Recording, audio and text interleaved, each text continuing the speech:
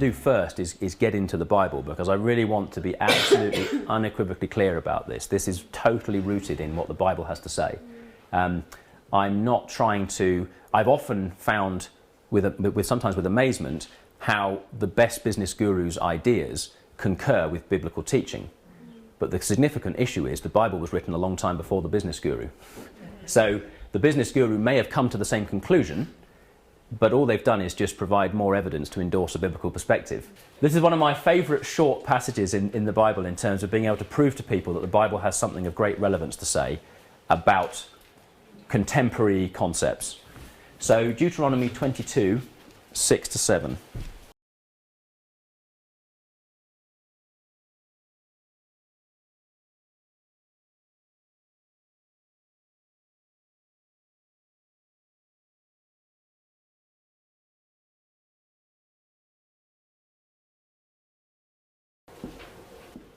Okay, now some people would read that verse and I don't know, what do you think of it? I mean, what does that verse say to you?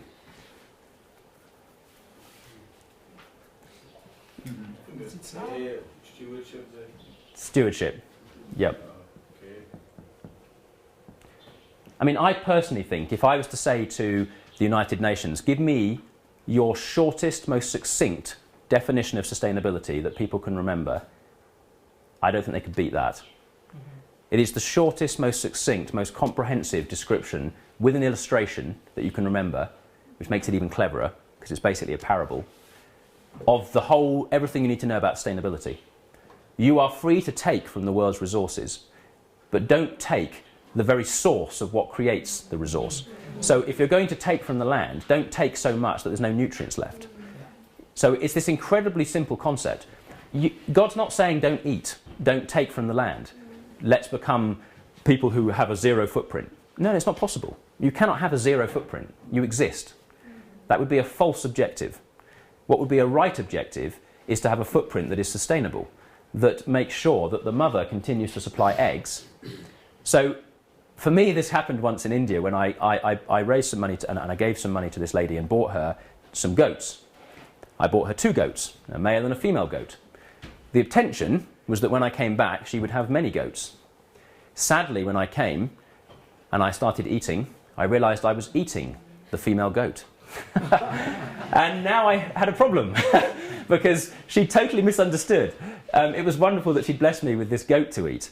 The problem is, by killing the female goat, we now had no goats, and there was no potential to have goats. So I had to buy another goat, and we were back to the beginning again. She'd misunderstood the basic principle of I wouldn't have minded if she'd killed the calf, the fatted calf for me, but please don't kill the cow. So it's that sort of, and for me this is such a great example of the concept of sustainability is clearly set out in Scripture 3,000 to 4,000 years ago.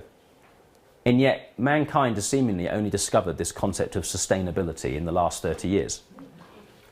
And what really frustrates me is, why was that not coming from the church? Why were we not the people internationally preaching sustainability? This is a powerful, important concept. In real terms, we were pretty late to the table. And in certain circles, people still argue against it. We have a right to take from the earth. God will take us from the earth before the resources run out. The end will come before. You'll find people who will preach that. They cannot say that with any confidence. The Lord may return before the earth's resources run out. But none of us know when he's coming. So what we do know is that we're called to take the egg, not take the mother. That's all we can say with any confidence. So anyone who says otherwise is making up stuff. They are going beyond what the Scriptures say into their own theories. So sustainability is a really, for me, it's 2 things. A, it's an essential attribute to all that we do, that it must be sustainable in terms of how we take resources and use them.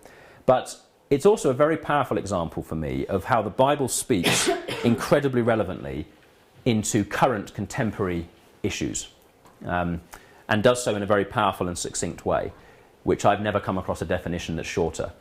I mean, Brundtland is the famous definition on sustainability, and it's much more complicated than this in some ways.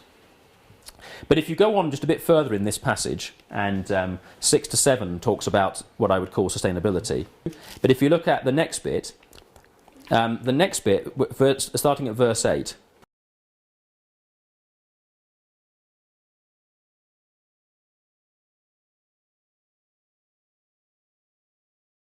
Okay, so in contemporary language, what concept is this talking about?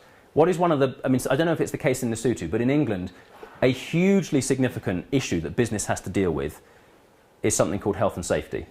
Yes. Okay? Now, I've never come across a shorter, more powerful description of what health and safety is, why you should do it, when you should do it, and how it matters. It's even talking about construction. So for me, it's very apparent. Because in the construction industry, health and safety is a very big issue. Making sure that we think about the dangers in the construction process so that no one dies on our construction sites. And so we have to plan for safety. Now, this is a really powerful passage because basically what it's saying is, it's not saying when you've got a house, later on, come along and put a parapet. It's saying do it at the beginning when it's cheapest to do it. So when you build a house, think ahead. Make it safe when you're doing the construction because that's the most cost-effective moment to build the parapet. Build the parapet not just to save the person's life who falls off the roof, but to save yourself from all the consequences of that happening in your home. So there's a personal as well as there's a kind of servant-hearted attitude in health and safety of looking after others. But there's also quite a selfish issue. You don't want someone dying on your roof. There is a risk, a hazard. Someone can fall off the roof. There is a solution to that hazard, build a parapet. That's health and safety. You risk assess. You say, here is the problem. My risk assessment has identified that someone could fall off this roof and die. Here is my solution, build a parapet. Sorry, Paul. Yeah. What's A parapet is a low roof, a low wall round the edge of a flat roof. So in biblical times, all of the houses, if this is someone's house, their houses were generally a box, and they generally had a flat roof, and they would have steps up onto the roof, so that you could climb up onto the roof. And the roof was a place that was good for drying corn, drying clothes, a place to sit. So lots and lots of people would spend time up on the roofs. But if you wanted to save money, you wouldn't build a parapet, because the parapet is the bit that goes round the edge.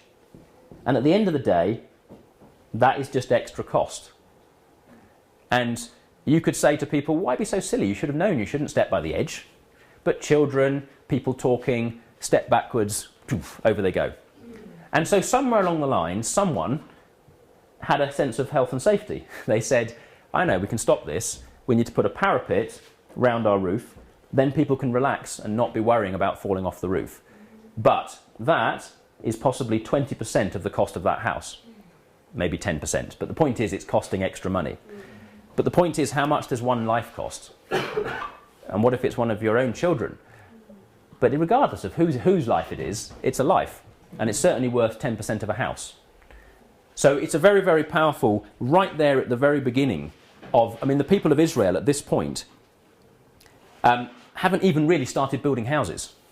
They're still, I think I'm right in saying at this point, they're still wandering around in tents. So they haven't even built houses yet. But they're being given laws that make sure that when they do start building houses, from day one, they build parapets. Not a situation where, after 100 deaths, someone has to then come along and retrospectively build parapets, which, as it happens, technically, are extremely difficult to build safely into a masonry building after you've started building it. If you come along and try and put this on later, it will just fall off. There's no junction there. There's nothing to stop it breaking away. So you can't do it later. You have to do it at the time, or you have to do it cost effectively at the beginning. So in that tiny, tiny single verse is an entire industry contained. All you need to know about health and safety. Do it early on, understand the risks and the hazards, sort that problem out, save yourself from bloodshed, save a lot of money, save a lot of death. Very, very powerful. And if you ever wanted to convince someone that the Bible has something of relevance to say, way ahead, 5,000 years earlier than everyone else in the world was thinking about health and safety. That's astonishing. So those two verses I put in there early. If you ever want to convince anybody that the Bible has something of relevance to say, in 2 verses you can cover 2 of the biggest concerns of our generation. Sustainability and health and safety. And when I read those the first time, I thought, wow, that is that's incredible.